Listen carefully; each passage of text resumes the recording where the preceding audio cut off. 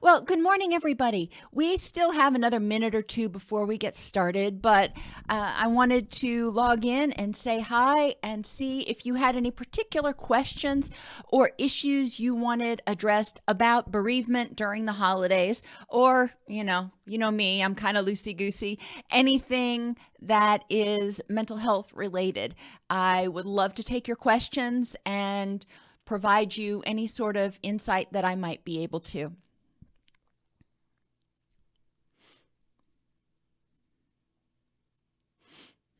I'm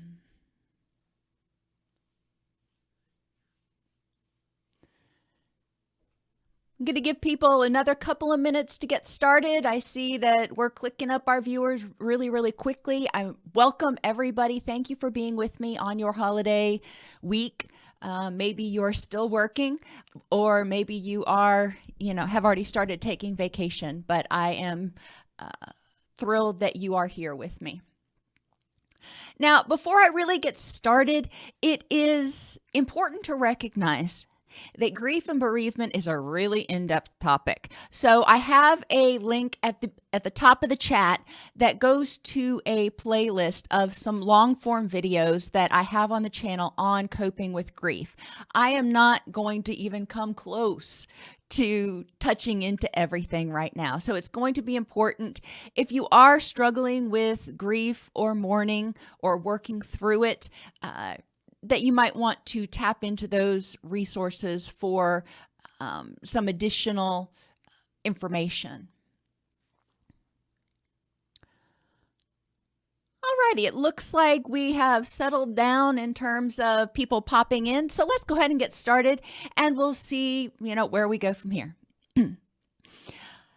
Welcome to today's presentation on bereavement. I am your host, Dr. Elise Snipes.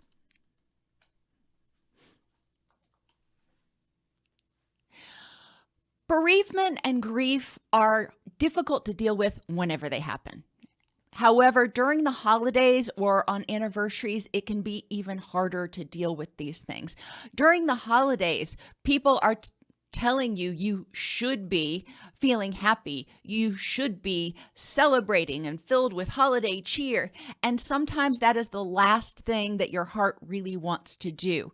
So it's important to understand what's going on and the grief and bereavement process, and some of the steps that you can take to get through the holidays. It's not going to take away your grief, but hopefully I will be able to provide you a few tips to help you get through the next few weeks and into 2021, which I'm sure is going to be a much better year. Let's start out talking about something called preparatory bereavement, and that involves grief and mourning of an anticipated loss. If you have a loved one who has a terminal illness, or just a loved one who is aged, it is sometimes one of those things that crosses your mind, and the closer you get to when you anticipate that person is no longer going to be with you, the more prominent those thoughts are in your mind. And this one's a little bit easier to deal with than grief and mourning that occurs after a death. But with preparatory bereavement, it's important to acknowledge your feelings non-judgmentally. You're going to miss grandma when she's gone. However, it's also important to examine how you want to spend the remaining time. Do you want to spend the remaining time, sad and grieving? Or do you want to spend the remaining time creating memories to last the rest of your lifetime? It's a lot easier said than done, but it is something to consider with preparatory bereavement. Now, let's go to the thing that we really were going to talk about today, and that is grief and mourning after a death and how to cope during the holidays. Things can trigger grief any day. It can be the time of day. It can be something that you see, hear, smell. It can trigger a grief moment, and that's okay. Grief means that you lost something that was important to you, and expecting it to go away completely is probably not really realistic. What you want to strive for is being able to integrate it into your life a little bit more effectively, so it doesn't hurt as much. The pain will hopefully dull to sort of a low roar and only flare up sometimes. When we are experiencing bereavement, just like everything else, it impacts us biopsychosocially. It impacts us physically. When we are grieving, when we are experiencing bereavement, when our grief is triggered, it impacts our sleep. We may toss and turn. We may have restless sleep. We may have nightmares. We may have difficulty getting to sleep because as soon as we lay down and it's quiet, we start thinking about that person that we lost, and the grief just comes on like a tidal wave. It's important during this period to, try to get good sleep. And a lot of people, unfortunately, try to self-medicate with intense sleep aids or alcohol. That is not going to help you get good quality sleep. Now, but it's between you and your doctor, the sleep aid thing. The alcohol is probably, I think I'm pretty safe to say, is not going to help you in the long run. But what can you do? Well, guided imagery can be super helpful for sleep during this period of time. And you can figure out whatever you want to imagine, whether it is your happy place, your cabin in the woods, or, a villa on the beach, or whether you want to imagine a pleasant time, a happy time with the person that you lost. Whatever you decide to focus on, you want to put yourself there in your mind's eye and identify as many things, and I try to say 5 of everything that you see, hear, smell, feel, and maybe even taste. Taste is one of those that's kind of weird, but you want to get your senses really involved in it. The more you have to concentrate to notice the dimensionality of this image, of this vision, the less you're going to be focusing on those intrusive thoughts that are triggering your grief. And a lot of times this can help relax your HPA axis, relax that stress response, and help you get to sleep. As cortisol goes down, relaxation hormones, melatonin and serotonin go up. So, that can be helpful. Practicing good sleep hygiene is also really important during this period, because if you've got things working against you that keep you awake, then guided imagery will help some, but not completely. Your appetite may be different. You may crave comfort foods, or you may not be hungry at all. It's important to remember that grief and bereavement activates that threat response system, that HPA axis, and you are in a fight or flight sort of framework. It's important to make sure that your body has the nutrients it needs in order to keep that body factory running and produce the chemicals and the hormones and the neurotransmitters that are necessary for your immune system, for happiness, for relaxation, and for energy. So it's important to eat. When that HPA axis is activated, you're in fight or flee mode. So a lot of times your hunger is suppressed because your body, just like you're not supposed to go swimming for 2 hours after you eat, your body says, we're fighting and fleeing. It's not time to eat and digest.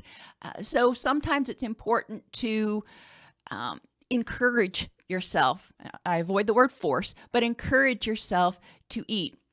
And if you're going over a long period of time where you're not eating, it's important to consult a physician or a dietitian. Pain and inflammation is likely going to get worse. Increased HPA axis, increased stress means increased inflammation. And that's just the way it works. Increased depression means increased inflammation. So pain and inflammation can be going on while you are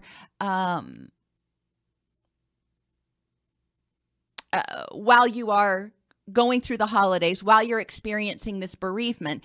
And it's going to be important to keep that under control, because when we're in pain, we tend to have more difficulty dealing with life on life's terms. We tend to be more vulnerable. You've heard me use that word before. We tend to be more vulnerable to upset. If you address pain and inflammation, you are going to help yourself feel better emotionally and give yourself more resources to deal with the subject at hand. When we're grieving, when we're under stress, our immune system leaves. Our immune system is impaired. And, during the holidays, especially when we're exposing ourselves to people, even pre-pandemic, when we're exposing ourselves to people that we haven't seen, they're bringing in foreign bugga-buggas, even if it's just from Iowa or something. They have a different biome over there, bacterially, if you will, than we have. We don't have the exact same bugga-buggas here. And generally, when people get together over the holidays, it can be stressful, so their immune system goes down a little bit, and they're exposed to bacteria that they may not be as used to handling. So a lot of people get sick. It's important to do what you can to bolster your immune system during this time, which includes good nutrition and getting plenty of sleep and, getting some of that sunlight and keeping your circadian rhythm set so you can, vitamin D helps a lot with the immune system. And it's important when you are under stress, when you are grieving, to recognize that that is going to impact your other health conditions.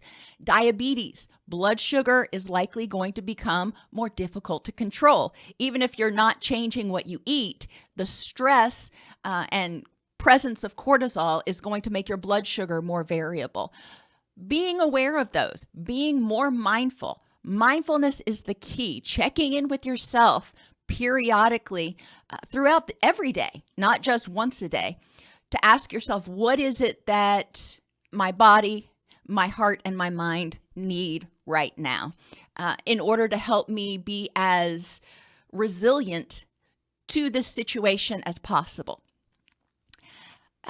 We've talked before, and I'm getting ahead of myself, but that's okay. I always do, about living in the and, recognizing that you can experience grief. You can be grieving, mourning, experiencing bereavement, whatever you want to call it, and have a rich and meaningful holiday. Maybe it won't be your happiest holiday ever, but maybe it will be, and we'll talk about some of the ways to handle the affect with it. So remembering that phrase, two phrases, my two favorite phrases. It is what it is. That person is lost. Unfortunately, they are gone. And it's going to be important to accept that reality, that it is what it is. And living in the and, I can experience that. I can be sad that my mother's no longer here. And I can still have a good holiday. Which takes us down to affective.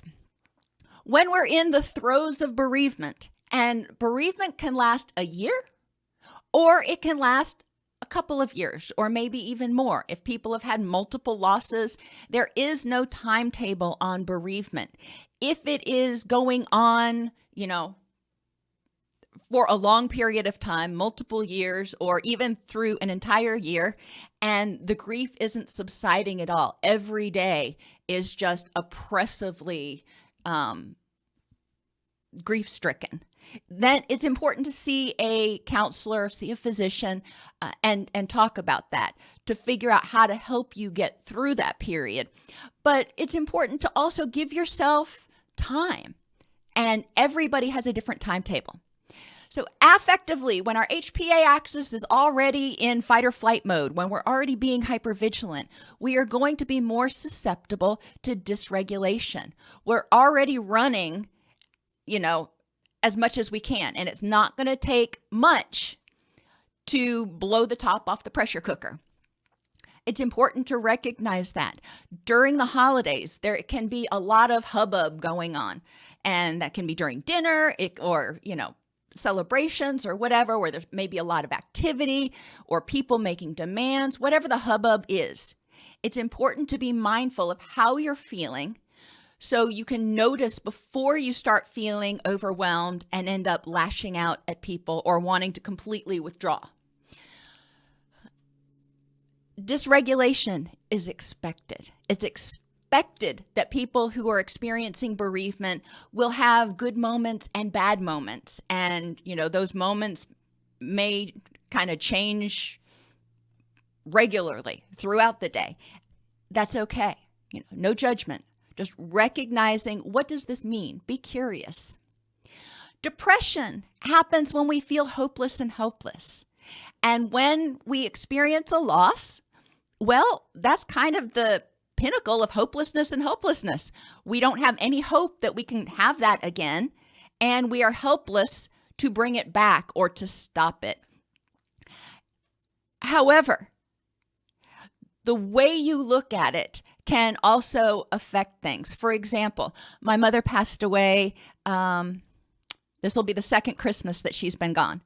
And my children got to know her quite a bit, but they didn't get to know her as much as I would have wanted. I would love for her to still be in their life, but they're not, but she's not. What I can do is make her memory ever present in their life. And I did the same thing. My father passed many years ago.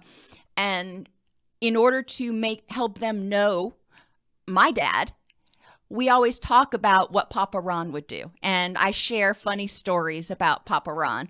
And the same thing with my mother. They got to know her a little bit more, but it's important to me, while her physical body can't be here, I can keep her memory alive, and I can keep her knowledge alive by continuing to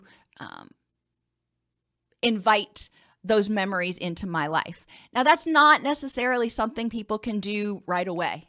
That may feel, too much, but some people find comfort in it. I remember when my grandmother passed, at her wake, we spent hours sitting around and they were telling all kinds of stories and anecdotes about my grandmother and just having a good old time. So depression is a reaction to hopelessness and helplessness. It's important to focus on what is going on in your life that you do have hope about. Going back to that hardiness thing, what things in your life do still exist that make it rich and meaningful? My life is much more rich and meaningful because my parents, obviously they gave me life, but because of what they taught me and because they were in it. So just because they can't be here physically, they are still part of my rich and meaningful life, because it's important for me to keep their knowledge and their presence alive. But there's also all kinds of other things that are important in my rich and meaningful life that I can focus on and remember that, okay, I have this loss and it really sucks over here. However, I also have all of these other things that are blessings in my life. And working on that attitude of gratitude can be a little challenging. Anger, guilt, jealousy, and irritability, they're all kind of forms of anger, so I put them all together. This is a normal reaction when you're in that fight or flight response. Anger represents a fight reaction to some kind of threat. You can be angry at the person for being gone. You can be angry at the disease that took them. You can be angry at your higher power. You can be angry at whoever you think caused it. You can be angry at you can be angry at a lot of stuff. It's important, like with any other emotion, like we've talked about, to examine what happened. Well, we had a loss. How do I feel about it? I'm angry. All right. What are my beliefs that are contributing to my anger? And then evaluate each one of those beliefs for their facts and for any, cognitive distortions. Am I expecting life to be fair? Well, life's not fair. And if I think, well, it's unfair that this person got taken, well, yeah, it may be. However, what good is being angry that it's not fair? I can't appeal it to somebody and have the decision reversed. So we want to look at our beliefs that are contributing to our feelings, and then evaluating the best course of action to cope with those feelings. What is the best use of your energy to deal with those thoughts and feelings? People may feel guilty that, they have all these I should have said, I didn't say, I shouldn't have been so mean to that person. Or they may have survivor's guilt. It should have been me that survived or me that died and not that person. There's a lot of different reasons for guilt. Again, same thing. Evaluate the thoughts that are contributing to the feeling, and then identify of the ones that are valid, of the ones that are based in fact, evaluate what is the best use of your energy to deal with them. Jealousy can come up, and I do want to talk about that for just a second, because when we're grieving, we can experience jealousy of other people. You can feel jealous that Sue down the road, both of her parents are still alive. You can feel jealous that the people across the street are having a grand old time at their holiday party and you're having, one of the worst holidays of your life. There are people can experience jealousy of others at this point in time, and that's okay. Jealousy means you're looking at something somebody has, either, parents still alive or happiness, and going, I really want that. And I'm angry I don't have it. Okay. Well, what do you need? What's the next thing you can do to improve the moment? Irritability is common during the holidays, period. But when you're experiencing grief, you are more on edge. You're already spun up, so to speak. Going back to that pressure cooker analogy, the heat's already on the pressure cooker, and it doesn't take much to overload it and blow the top off. Anxiety can happen during the holidays, and you can see more anxiety, I think, in children because, and some more depression, more so than anger a lot of times, not always, but especially in younger children. Younger children may not understand what happened to that person, or they may be afraid that it's going to happen to other people. So it's important to address that anxiety. And if you're working with children, if you've, your children, your nieces, nephews, whatever they are, same principle applies. Talk about, the thoughts that are contributing to that feeling. What are you thinking that's making your heart sad? And try to help them hear some of the facts associated with it. Now, that doesn't mean taking away their anxiety. It's not fair to try to take away somebody's pain. It's theirs to hold on to, and it's theirs to give away. However, and I'm talking more in this presentation about what you can do for yourself if you choose to give away your pain, what you can do. But when you're working with kids, it is important to help them see options, see what they can try to do if they want to. And if they don't, that's their choice. And people, believe it or not, can experience happiness when they're also grieving. And sometimes they feel guilty for feeling happy.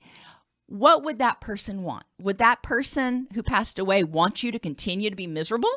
Or would they want you to enjoy the holidays?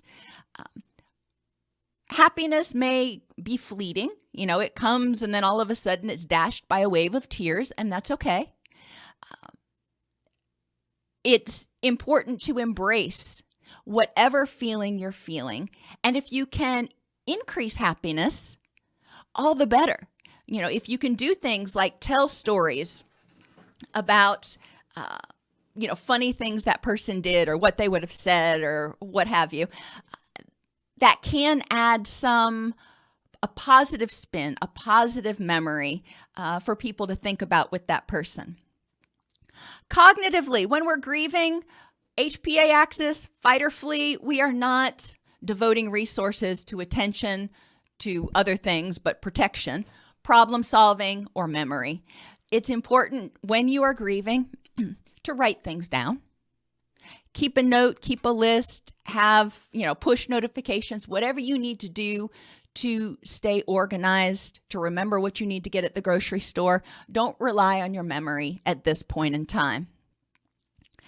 A lot of people have difficulty with meaning after a loss, the meaning of life, and how can this happen in a just world. There are a lot of questions, and that sometimes goes under spirituality, sometimes goes under cognition, however you want to categorize it.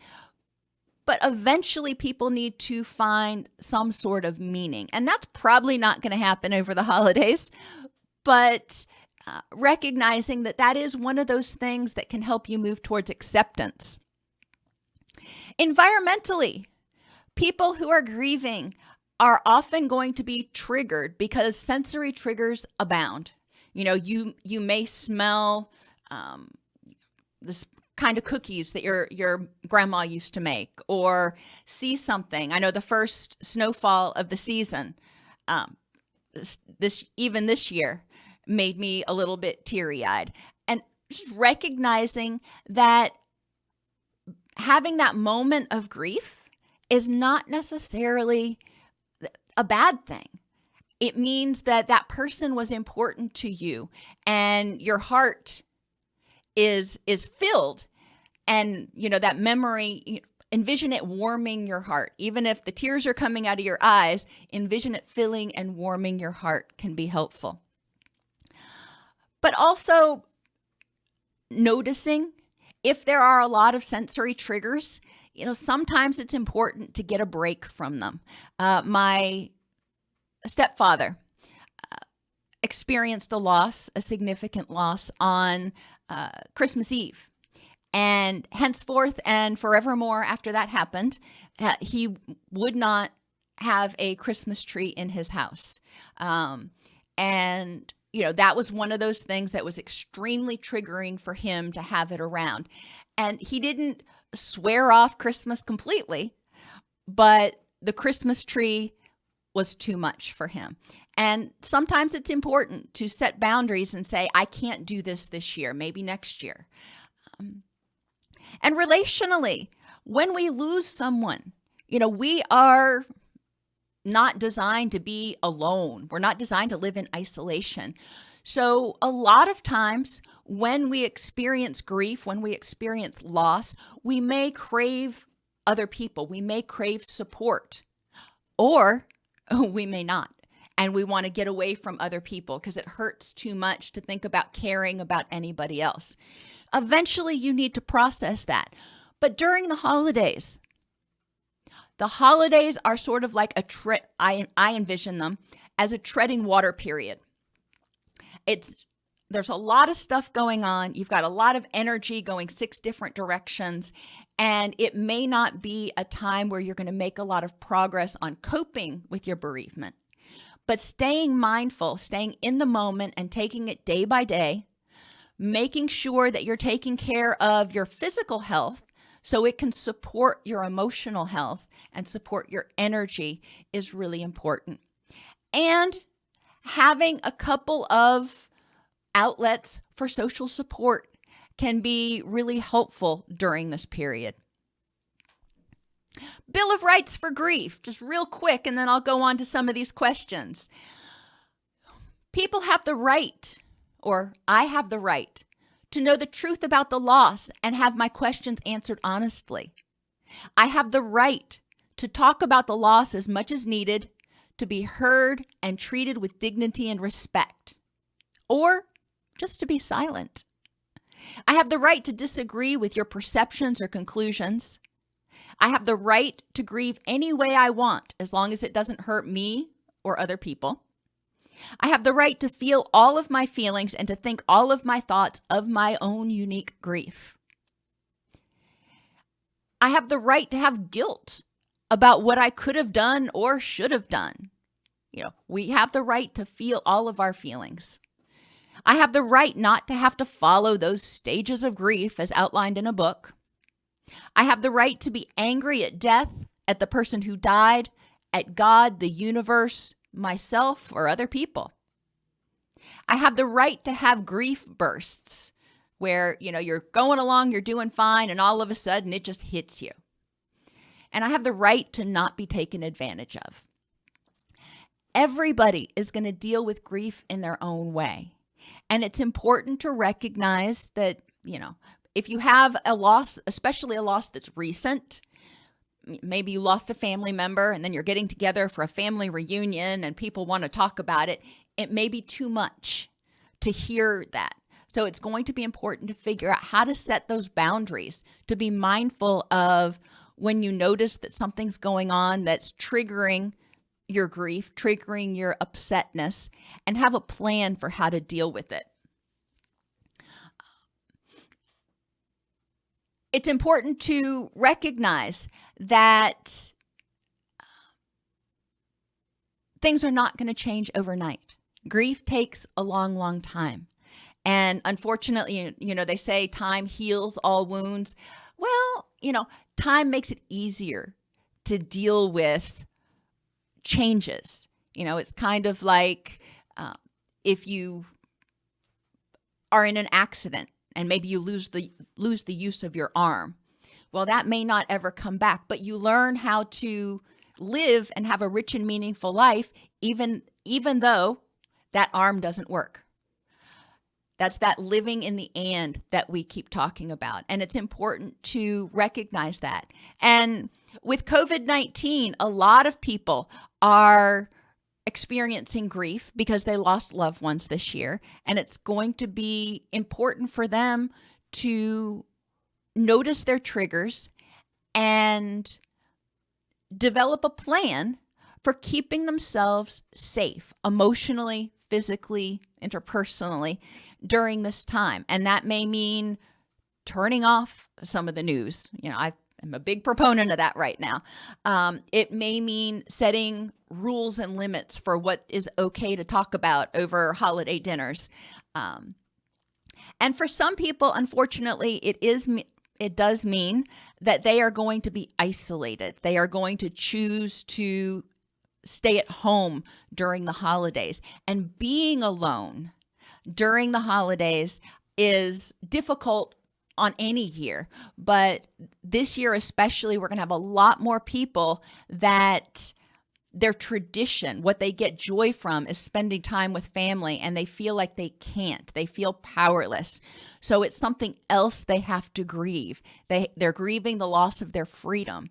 And it's going to be important to reach out to those people as much as they will allow you or want, and make sure that they feel included. And I suggested in one of the classes last week, even if grandma can't be with you because she figured it wasn't safe for her to travel, making sure she's there on FaceTime with you so everybody can talk to her, prop her up at the dinner table on FaceTime and talk with her and include her in what's going on, if that is something that would make her happy.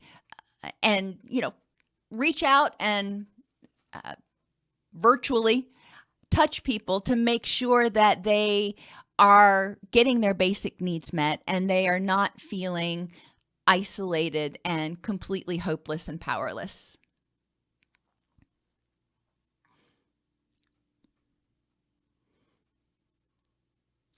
Are there other questions? Now, I have not chosen the topic for tomorrow. So if y'all have any particular topic you want for the last show before Thanksgiving, please feel free to let me know in the comments. I would be happy to do a show on whatever you would like to learn more about.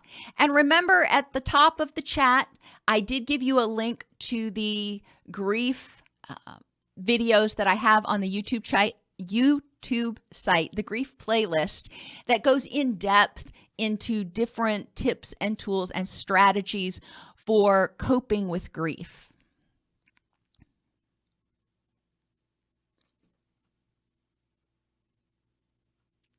Alrighty, everybody, have a wonderful day.